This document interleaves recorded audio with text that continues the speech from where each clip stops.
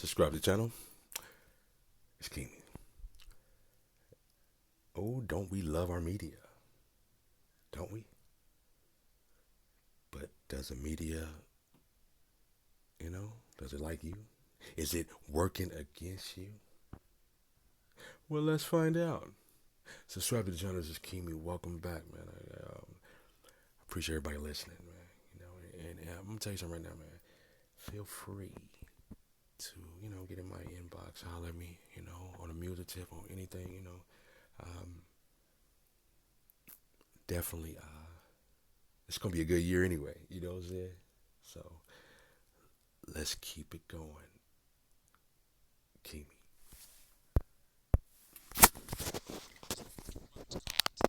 But you said this thing that's really important, which is, the phone you use has the technology that NASA were using like 30 years ago. And that feels like democratization, and in some ways is. But you've got to ask yourself, what is that technology being deployed for? Is it being used to make your life better, or is it being used to invade your attention? Now, it could be used to make your life better. We could democratize it.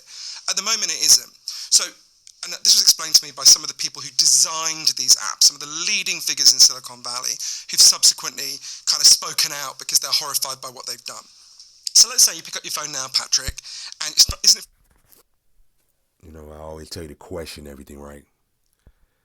The people that told him this is the people that designed it. So basically, question that. Like, okay, like, do you believe what they're saying? They can just be telling you anything, man, I do, I like to listen to everybody. What you do, and that's how you do with everything in life. You take things, something that makes, sense and whatever, and go from there. But this definitely, this media, it's definitely can be kind of like you're in a transformation, So, let's go with that. Hallucination, you just, the Twilight Zone. Funny how it even feels quite invasive to touch someone's phone. Sorry, I didn't mean to. It feels like weirdly personal, like I've touched your body. Like their private parts. Exactly, Right there. exactly. Hey, buddy, Don't be too me now. When you, let's say you open your Facebook now, or any of the major social media apps, Facebook or whichever one you choose immediately starts to make money, and it makes money in two ways. The first way is obvious. You start to see ads. We all know how that works. The second way is much more important. Everything you do on Facebook is scanned and sorted by their algorithms because they're building up a profile of who you are. So let's say that you like Donald Trump, Bette Midler, and you tell your mom you just bought nappies. Okay, so I don't think anybody fits there's in that literally category. That diagram's going to be like the fucking Elton John, Hillary Clinton, Tucker Carlson one. But let's imagine. So it'll figure out, okay, you like Donald Trump, you're probably conservative. You like Bette Midler, if you're a man, you're probably gay. And you're talking about diapers. Okay, you've got a baby. It's building up an enormous... Imagine it's got tens, if not hundreds of thousands of data points about you. It's learning all about you. Data is what you're saying. In order to be able to manipulate you. Because you are not the customer of Facebook. You're the product they sell to advertisers. So the reason why they make the big bucks is they go to an advertiser and they say, we can target someone so directly. You're selling diapers? Okay, we can make sure your ads don't go to me. I don't have a baby. We can make sure the ads go only to people. You want to target conservative gay people with babies? We can get you there, right? That's why they're so lucrative.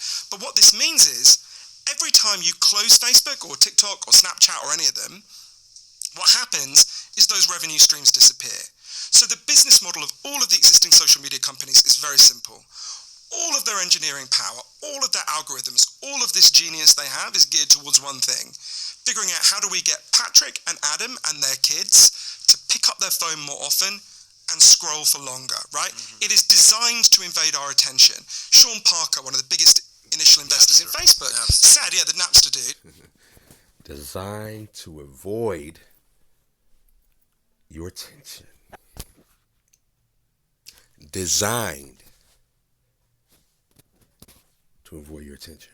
And just look up in the word design. Look up the word design.